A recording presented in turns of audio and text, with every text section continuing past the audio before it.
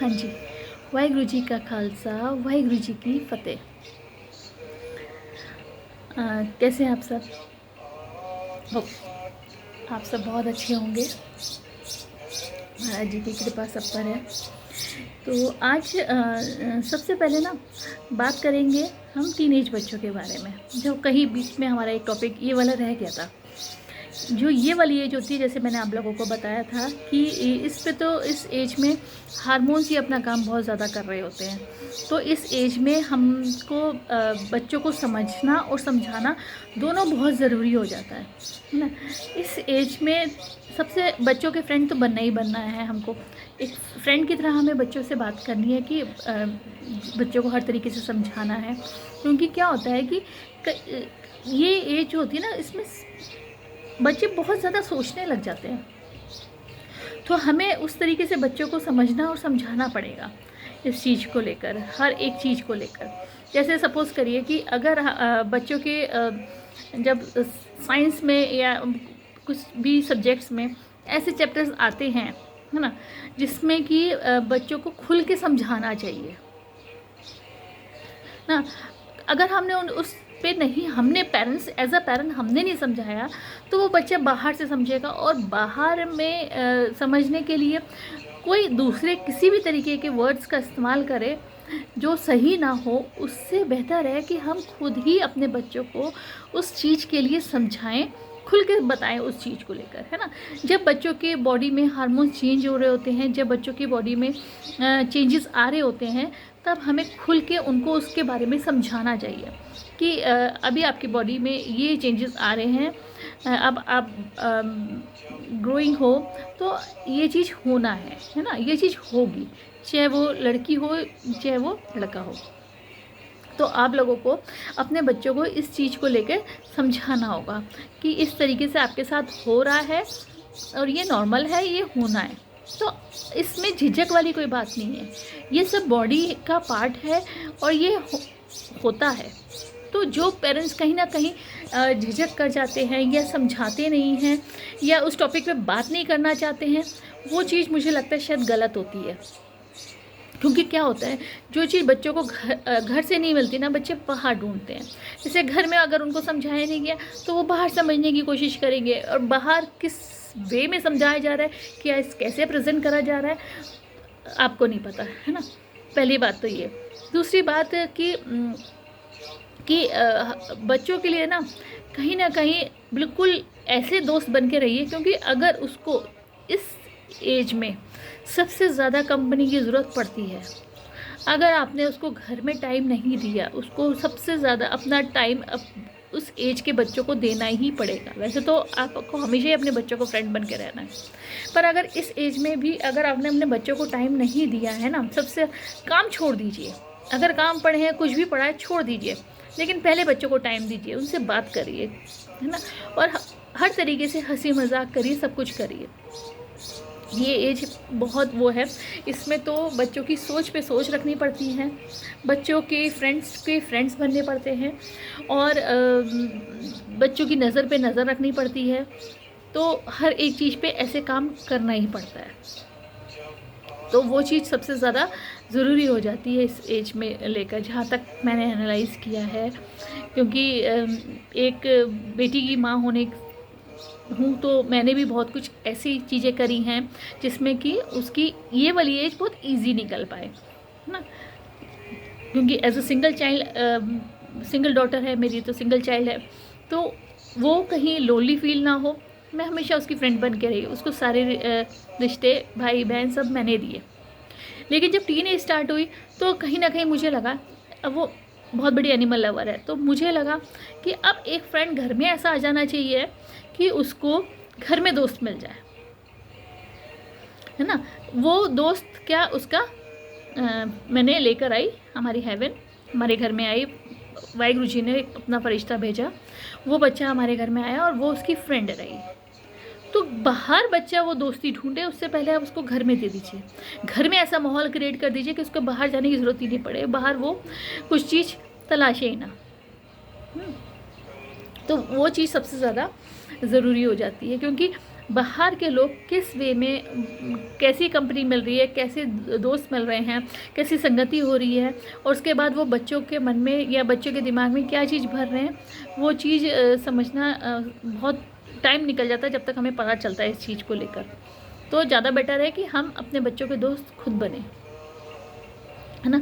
और जितना हम बच्चों के दोस्त बनेंगे उतना ही बच्चे हमारे को अपनी हर बात शेयर करेंगे। और दूसरा बात यही कि हर एक, चाहे वो भगवान से रिलेटेड बात हो, चाहे किसी भी रिलेटेड बात हो, जैसे बच्चों को जब हमने एडमिशन कराया अपने बच्चों के लिए, है ना, तो हमने क्या, स्टार्टिंग में ही अपने बच्चों के लिए अच्छे से अच्छा स्कूल ढूंढा, फिर आगे हम अच्छे इंस्टीट्यूट ढूंढते रहे, सब कुछ अच्छे से अच्छा अपने बच्चों के लिए करते रहे। तो वो थी हमारी पहल अपने बच्चों को एजुकेशन के उसमें देने की, है ना। लेकिन क्या आप सब ने अपने बच्चों के लिए उस स्कूल में एडमिशन कराया जो ज़रूरी था, जिसकी मैं हमेशा बात करती हूँ, परमार्थ का एडमिशन, परमार्थ के स्कूल में एडमिशन, आध्यात्मिक रूप में उस स्कूल में एडमिशन, जिसमें एडमिशन होना बहुत ज़रूरी है हर एक बच्चे का, हर एक इंसान का। हाँ, अब देखिए जैसे क्या होता है कि जब हम अपने बच्चों को एडमिशन कराते हैं, हमारा बच्चा स्कूल जाता है, तब हम क्या करते हैं, उसकी पढ़ाई में उसकी हर तरीके से हेल्प करते हैं कि हमारा बच्चा क्लास में आगे रहे। जितनी भी स्ट्रेंथ है क्लास में, सपोज़ करिए 30 बच्चों की स्ट्रेंथ है, 40 बच्चों की स्ट्रेंथ है, हमें लगता है कि नहीं हमारा बच्चा टॉप करे, ठीक है। यहाँ पर जितनी भी हमने कोशिश करी है, वो जितनी भी डिग्री लेगा, ज़रूरी है, ठीक है, माना, लेकिन जितनी भी डिग्री लेगा ना, वो सारी डिग्री उसकी यहीं रहनी है। लेकिन अगर जब हम परमार्थ के स्कूल में एडमिशन कराते हैं, क्या कभी किसी ने सोचा कि वहाँ तो, यहाँ तो कंपटीशन सिर्फ 30 और 40 बच्चों के साथ है, वहाँ कंपटीशन करोड़ों अरबों आत्माओं के साथ है। क्या किसी ने सोचा कि उसमें जब हमारे बच्चे का एडमिशन होगा या हमारा एडमिशन होगा, तो हम किस जगह स्टैंड करेंगे? क्या किसी ने सोचा कि जब हम उस पढ़ाई को पढ़ेंगे तो ऐसा ना हो कि हम उस सबके साथ पीछे रह जाए? चलिए टॉप नहीं कर पाएंगे, फर्स्ट भी नहीं, चलिए आ नहीं पाए, कम से कम फेल तो ना हो। हम ये कोशिश तो कर ही सकते हैं कि उस स्कूल में, क्योंकि वो जो डिग्री हम लेके जाएंगे ना, वो उसी डिग्री के साथ हम वापस आने वाले हैं। ये वाली डिग्रियां तो यहीं रह जाएंगी, फिर वापस जीरो से स्टार्ट करना पड़ेगा। लेकिन वो वाली पढ़ाई ऐसी होती है कि जब हम जहाँ से छोड़ के जाएंगे, जिस डिग्री पर होंगे, उसी डिग्री के साथ हम वापस आएंगे और उसके आगे से ही हमारी पढ़ाई स्टार्ट होगी। तो वो वाला एडमिशन और वो वाली पढ़ाई बहुत ज़रूरी है। और उसमें ये चीज़ का सोचना कि हमारा जितने भी, हम जिस स्कूल में जितने भी है, सोचिए किस किस अवस्था में हैं आज आत्माएं जो अपने परमात्मा का नाम लेके किस किस अवस्था में पहुंच चुकी हैं। हम तो ज़ीरो है, अभी हमने तो स्टार्ट भी नहीं किया है, हम बिल्कुल ज़ीरो हैं। और ऐसा ना हो कि समय निकल जाए और हम फेल हो जाएं।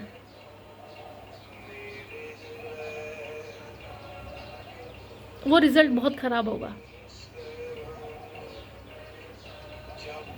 तो इसलिए हमको इस चीज़ का सबसे ज़्यादा ध्यान देना होगा। और दूसरी बात, जैसे कि मैं हमेशा कहती हूँ कि जैसे लाइफ ना बहुत इजी है, सबको लगता है पहाड़ है, ये है, वो है, नहीं, लाइफ बहुत इजी है। सुख दुख लाइफ का हिस्सा है और वो आएंगे। लेकिन जब हम परमात्मा का नाम लेते हैं तो वो जो दुख होते हैं ना, वो हमको छू के निकल जाते हैं, हमें उस चीज़ का एहसास ही नहीं होता। जैसे कि एक सुन का इंजेक्शन लगाने के बाद जब डॉक्टर ऑपरेशन करता है और पता नहीं चलता है कि हमें उस कट लगा है ना, और उसके बाद सिलाई हुई है, टाँके लगे हैं, लेकिन हमको पता नहीं लगता है उस ऑपरेशन का, वो दुख आके छू के निकल जाता है, क्योंकि वो सुन का इंजेक्शन है हम पे लगा हुआ है। ऐसे ही जब हम भगवान का नाम लेते हैं ना, तो वो दुख आकर छू के निकल जाते हैं, क्योंकि वो ऑरा हमारे चारों तरफ परमात्मा का होता है, परमात्मा हमारी रक्षा कर रहा होता है और हमको पता भी नहीं लगता कि कब दुख आया और चला गया। तो लाइफ में ना सुख दुख तो आना ही आना है, लेकिन परमात्मा के नाम से वो चीज़ें बहुत दुख पता नहीं चलता है। दूसरी बात ये है कि जब भी हम परमात्मा का नाम में अपने आप को इतना वो कर लेते हैं ना, तो धीरे धीरे धीरे धीरे धीरे हमको खुद को एहसास होने लग जाता है इस बात का।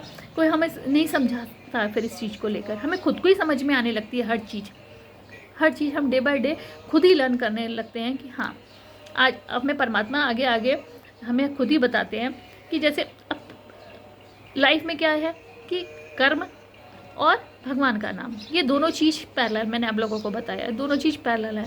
तो सब में लाइफ का अगर हमने ये फंडा सीख लिया कि परमात्मा ने जब हमको भेजा है तो प्रकृति के नियम में भेजा है, बस प्रकृति के नियम में चलिए और भगवान का नाम जाप करिए, लाइफ आप पता भी नहीं चलेगा कि आप कैसे कैसे एक लाइफ कटती चली जा रही है और आप बहुत ईजिली उस सब चीज़ों को हैंडल करते जा रहे हैं। तो बच्चों को ये चीज़ें समझानी पड़ेंगी हमको कि लाइफ में ये चीज़ें जो भी है बहुत आसानी से लेंगे हम इन चीज़ों को, हर चीज़ का लेना, हर चीज़ का सोचना। अब बहुत ज़्यादा पहाड़ बनाने की ज़रूरत नहीं है, किसी भी चीज़ को लेकर इतना सोचने की ज़रूरत नहीं है और प्रकृति के नियम में ही चलना है हमको। जैसे हर बार हर वीडियो में मैंने अपना एक प्रकृति का नियम आप सबको बताया है, तो आज के प्रकृति का नियम मैं आप लोगों के साथ ये चीज़ शेयर करूँगी कि बच्चों कि प्रकृति का सबसे बड़ा नियम एक ये भी है कि डाउन टू अर्थ, है ना। परमात्मा के नज़दीक वही बच्चा जाता है, परमात्मा उसी को अपने गले लगाता है जो बच्चा डाउन टू अर्थ होता है। घमंड छोड़ दीजिए, घमंड नहीं करना हमको, हमें सिर्फ डाउन टू अर्थ रहना है। जितना झुका हुआ फलों से लदा हुआ पेड़ होता है ना, वही फल भी लगते हैं उस पर और वही छाया भी देता है। और जितना अकड़ा हुआ होगा ना, उसके नीचे बैठना भी कोई पसंद नहीं करता। जैसे नारियल का पेड़, आम का पेड़ फलों से लदा होता है, वो छाया भी देता है और उसके नीचे बैठना भी सब पसंद करते हैं। तो ऐसे ही डाउन टू अर्थ रहना ही है हमको, किसी चीज़ का घमंड नहीं करना। क्यों? क्योंकि घमंड किस चीज़ का करना है, करेंगे किस चीज़ का? जब खुद में खुद का ही कुछ नहीं है तो घमंड किस चीज़ का करना? हर एक इंसान हर एक चीज़ के पीछे भागे जा रहा है कि मेरे पास उससे ज़्यादा बड़ी गाड़ी हो, मेरे पास उससे ज़्यादा बड़ा बंगला हो, मेरे पास उससे ज़्यादा पैसे हो, मेरे पास, है ना, इससे ज़्यादा ये हो, इससे ज़्यादा वो हो। हर चीज़ में डे बाय डे क्या कभी किसी ने, मैं तो ये क्वेश्चन है, क्या कभी किसी ने अपने आप से पूछा कि मैं आज जिस जगह बैठा हूँ, जिस स्टेज पर हूँ, क्या मेरे में, चलो टॉप पे तो मैं आऊँगा ही नहीं, है ना। अपने आप को हर कोई पहचानता है कि टॉप पे तो आने का मतलब ही नहीं होता है। फर्स्ट सेकंड भी छोड़ दीजिए, इस स्कूल में तो फर्स्ट सेकंड भी छोड़ दीजिए कि, लेकिन क्या मैं ये कोशिश कर सकता हूँ कि एटलीस्ट मैं फेल तो ना हूँ? इतना तो मैं परमात्मा का नाम जाप करके जाऊँ, इतने तो मैं ऐसे कर्म करके जाऊँ कि कम से कम मैं फेल तो ना हूँ। तो वो चीज़ों का समझना बहुत ज़रूरी है और अपने आप में क्वेश्चन करना कि हम कहाँ स्टैंड हैं, आज ये आत्मा कहाँ स्टैंड कर रही है। आप सोच के देखिए एक बार, अराउंड अपने चारों तरफ आप अपनी एक बार सोच को लेके जाइए। करोड़ों अरबों आत्माएं हैं जो इस इंसान के शरीर में हैं, जो कि भगवान का नाम ले रही हैं, ले सकती हैं। और वो कितनी आत्माएं हैं जो आज हमसे कितनी आगे हैं, और इस स्कूल में, इस क्लास में हम कितनी पीछे हैं। हमको भी आगे बढ़ना है, हमको फेल नहीं होना, और यही हमारा काम है। इस आत्मा का काम यही है। जिस दिन हम ये सारी चीज़ें समझ जाएंगे, हम परमात्मा के और नज़दीक हो जाएंगे, और वही हमें करना है ना। तब तक वाहिगुरु जी का खालसा, वाहिगुरु जी की फतेह।